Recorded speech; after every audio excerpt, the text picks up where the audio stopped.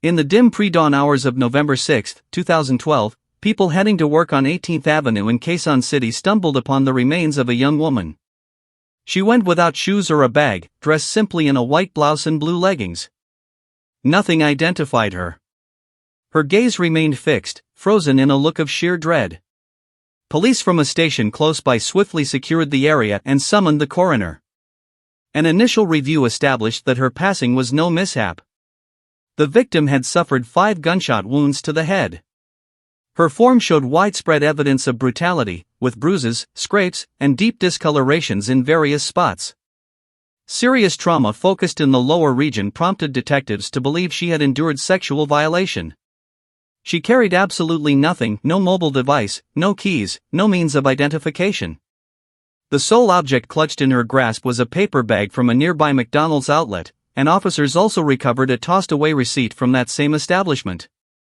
As authorities labored to establish who she was, locals started recounting their observations and sounds from the night. A number mentioned hearing shots fired near 5 a.m. Others described a dark SUV speeding from the spot. One observer noted that the gunfire seemed to originate from within the vehicle and targeted a figure already prone on the pavement. 2 more bystanders recalled fragments of the car's registration plate, information that proved vital in the opening phase of the probe. Forensic experts postponed relocating the remains to safeguard potential traces. Even so, the location soon attracted law enforcement, curious crowds, press crews, and individuals filming with mobiles, confronting examiners with a barrage of unresolved mysteries. Who was this woman? What circumstances brought her there? And who could commit such an atrocity? Lacking prompt resolutions, detectives shifted focus to 2 promising clues: the fast food receipt and the accounts from witnesses. The evening before, on November 5, 20-year-old Julie Ann had departed her residence in Las Piñas. Lacking clear direction in life, she shared a home with relatives, and her staying out did not immediately alarm them. Julie was accustomed to late nights for modeling gigs or gatherings with companions. That evening, she informed her mother and younger siblings that she would return late and they should not stay up. She intended to join a trusted friend, Althea Altamirano. Though the pair had lately clashed, Althea reached out seemingly to mend fences, extending an invite to encounter a prospective modeling contact. It looked like a valid professional chance, and Julie eagerly sought to restore the bond. She prepared with care, choosing a white blouse and blue leggings, and putting on cosmetics. Around 6 p.m., she bid farewell to her household and headed to rendezvous with Althea at the SM Mall of Asia, a vast commercial hub in neighboring Pasay. The evening began innocently, with the duo catching a film, chatting, and wandering the premises. All appeared normal. Afterward, they hailed a cab to the World Trade Center, where Althea indicated the discussion with the alleged contact would occur. While strolling along Diosdado Macapagal Boulevard around 10:30 p.m., close to the junction with Gil Puayat Avenue, a dark SUV abruptly stopped. 2 males emerged, grabbed Julie Ann, and shoved her inside the automobile. The kidnapping happened in mere moments. Althea, positioned right next to Julie Ann, offered no resistance. Julie Ann's purse and footwear lay abandoned on the walkway as the SUV raced away, creating pandemonium. Althea lingered at the site, holding Julie Ann's items and weeping, attracting the notice of patrol officers who halted to help. The officers accompanied Althea to the local station, where she delivered a fragmented narrative, asserting Julie Ann was snatched by unknowns. She insisted the incident was abrupt and she scarcely registered the automobile, remembering only a big black SUV. Althea further claimed the attackers showed no interest in taking her. Near 12:40 a.m., after completing her report, Althea messaged her boyfriend for a pickup. He came with his father, and they transported her back to Cavite. Althea declined any treatment and ceased contact with follow-up from authorities. Once Julie Ann was formally listed as missing, her relatives launched their own hunt. By then, Althea was deliberately evading police. Her kin later mentioned fears for her well-being, yet officers spotted numerous inconsistencies in her version. She omitted mentioning the planned rendezvous with Julie Ann or the apparent job prospect. She also withheld details about her boyfriend, who possessed the automobile suspected in the kidnapping. In the initial stage of the inquiry, Althea's version provided no evident reason for the assault. Only with emerging facts did detectives start assembling what truly transpired that evening. Julie Ann Rodelas entered the world on July 14, 1992, growing up in Las Piñas, a southern district of Metro Manila, within a humble yet tightly bonded household. Among 6 siblings, her mother, Luz, sustained the family through preparing and vending home-cooked meals. No father figured in their routine existence, his background and location remained mysteries, contributing nothing to their everyday affairs. Amid persistent money troubles, Julie Ann grew in a warm, nurturing setting. Early on, she displayed maturity, determination, and deep accountability. She opted to study hotel and restaurant management at Arellano University, a private school, with firm future goals. Yet tuition demands proved burdensome, requiring her to halt enrollment repeatedly to contribute funds. She handled casual jobs, and modeling served as a realistic means to fund herself. She joined the field via a direct link, resulting in ads and a spot on ABS-CBN. As her path advanced, she featured in shoots for leading men's publications, like FHM Philippines. Her appearance, reliability, and dedication secured steady opportunities. Balancing academics and modeling, Julie Ann progressively forged her path in a fiercely rivalrous sector. Althea Altamirano held a key position in Julie Ann's modeling path.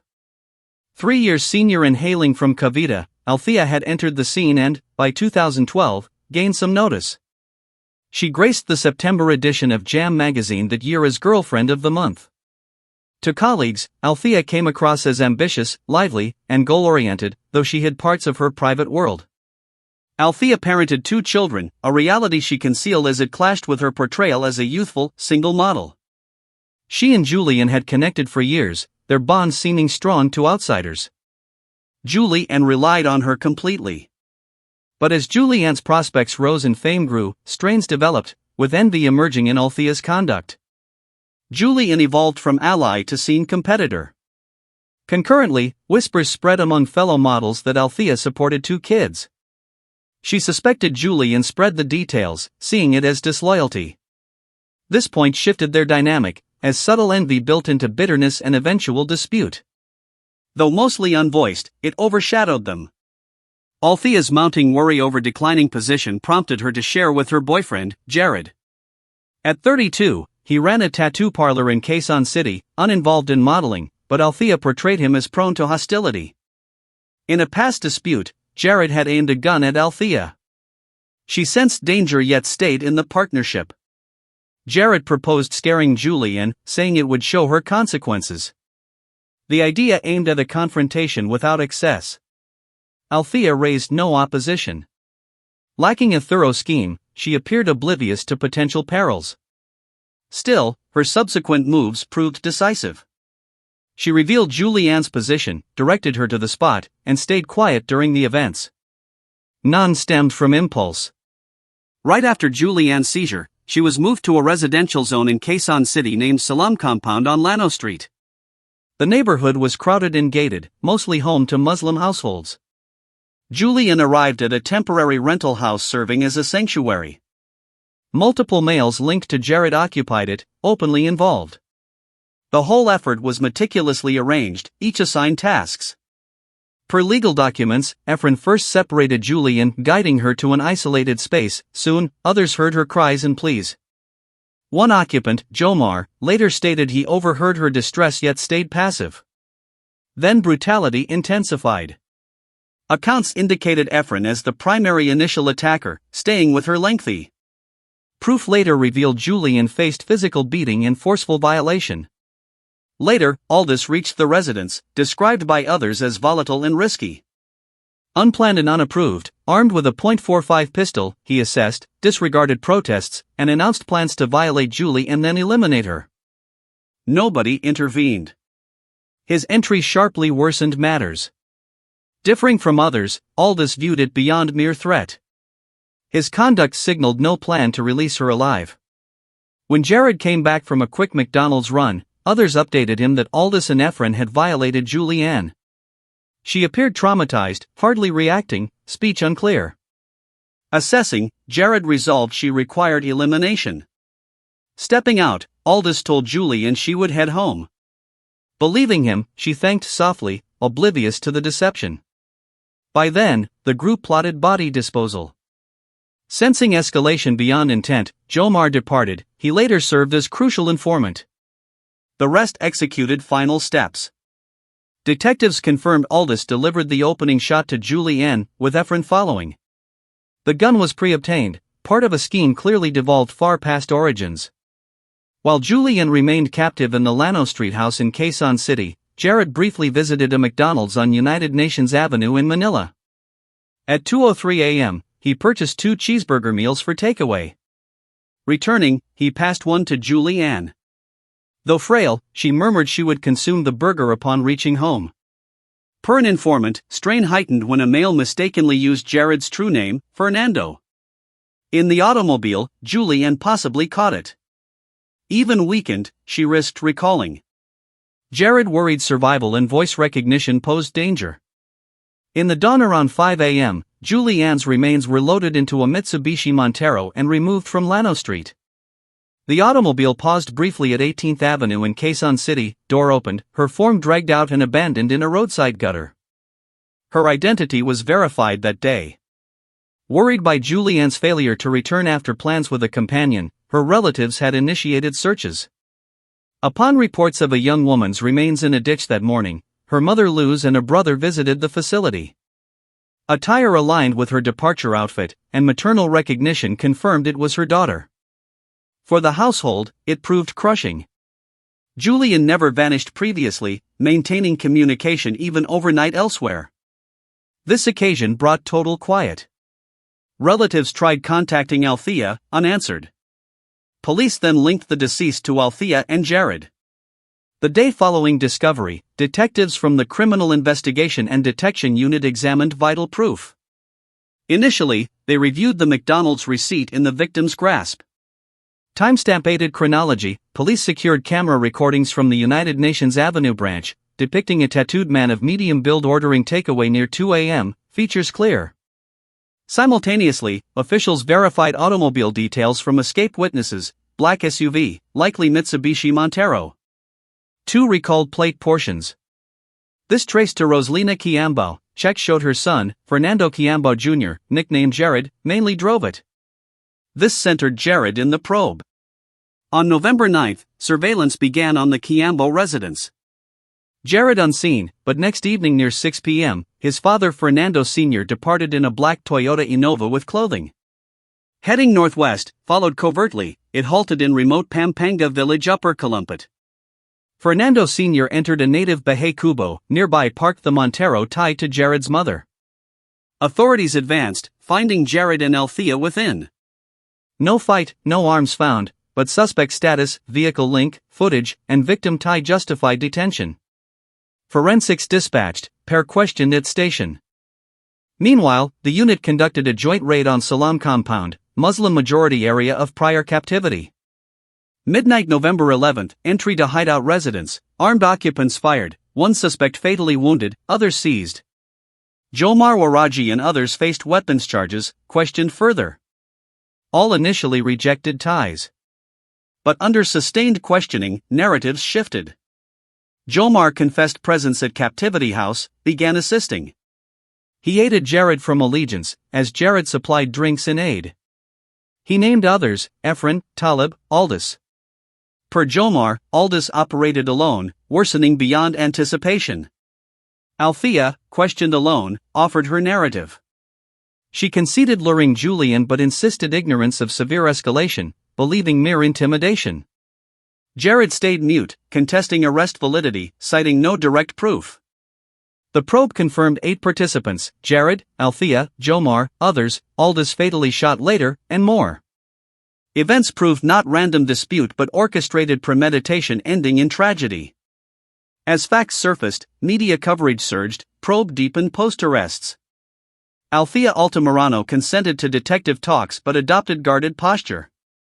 She portrayed herself as coerced by boyfriend, alleging prior threats compelling compliance. She said post-kidnapping shock explained misleading police and hiding facts.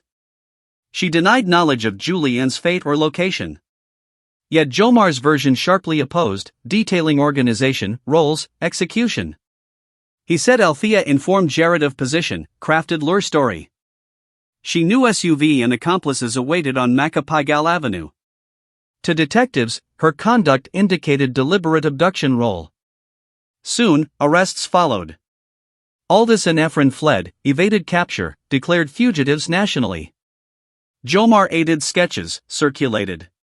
Despite, both stayed free long after 2012. The matter shifted unexpectedly with detainee Jelen Pasawilan. January 2013 bail release on weapons charge, insufficient ties to killing or violence. Months later, June 15, home intrusion in Quezon City during family dinner, unknown attacker shot Jelen fatally. Locals said shooter known to police, no arrest. Wife declined cooperation, waived probe. Case closed. For detectives, loss of possible informant, his planning role unclear. Family refusal halted pursuit. Public responded sharply, especially with shooter identity known. Laws barred action sans family complaint. By mid-2013, most involved detained or sought. Althea persisted denying blame, claiming no ties to Aldous or Efren. Yet testimony, chronology, proof contradicted. Nearly 12 years from Julie Ann's death to initial verdicts. Probe long stagnant, trial only in 2024 for key figures. Fernando Quiambao Jr., known as Jared, and Althea Altamirano Central. Original July 12 date delayed thrice, reasons undisclosed, but family since delays aided defendants. Proceedings started September, spanning months, reviewing statements, records, footage, messages. Gun never found. 2 suspects Efren, Talib, Aldous fugitives. Trial end, court convicted Jared of kidnapping, murder complicity, related acts. No direct trigger proof, but order to eliminate after recognition deemed intent for death. Sentenced reclusion perpetua, 22 to 40 years minimum, plus 500,000 pesos family compensation. Althea Altamirano's outcome varied. Actions deemed kidnapping involvement. Insufficient proof of foreknowledge of fatal intent or violation. No direct evidence of post-kidnapping presence or Aldous/Efren contact. Guilty solely conspiracy to kidnap. By sentencing, over 12 years detained, time served, ordered freed. Plus 100,000 pesos fine. Court overlooked Althea's initiation despite proof of suggesting lesson, arranging with Jared, guiding to site. Ruling sparked intense family response. Mother Luz, siblings present, brother Alvin declared unforgivable. Family appealed Supreme Court for review, viewing her role primary. She sparked rift, involved Jared, driven personally. Beyond law, unresolved moral issues. Althea's motive unclear. Prosecution offered jealousy in competitive modeling, or personal leaks harmed image/reputation. Or personal grudge/revenge. Julie Ann's greater success, prominent work, rising fame disrupted equilibrium. Althea lost dominance, messages showed rival view. Perceived status loss possibly humiliating. Key lingering, could Althea predict result? Legally no. Yet events imply yes. She knew involved types, boyfriend's aggression history, initiated, handed control to force-prone. Court ignoring is factor left family sensing justice betrayal. Trial closure not finale. 2 major figures free, family seeks full reassessment. Mother vowed ongoing justice fight, labeling Althea's freedom affront to daughter's legacy. Guilt resolved, full accountability pending. If this case intrigued you, remember to like the video and subscribe to the channel. We share true crime stories every night. Until next time, stay alert, stay safe.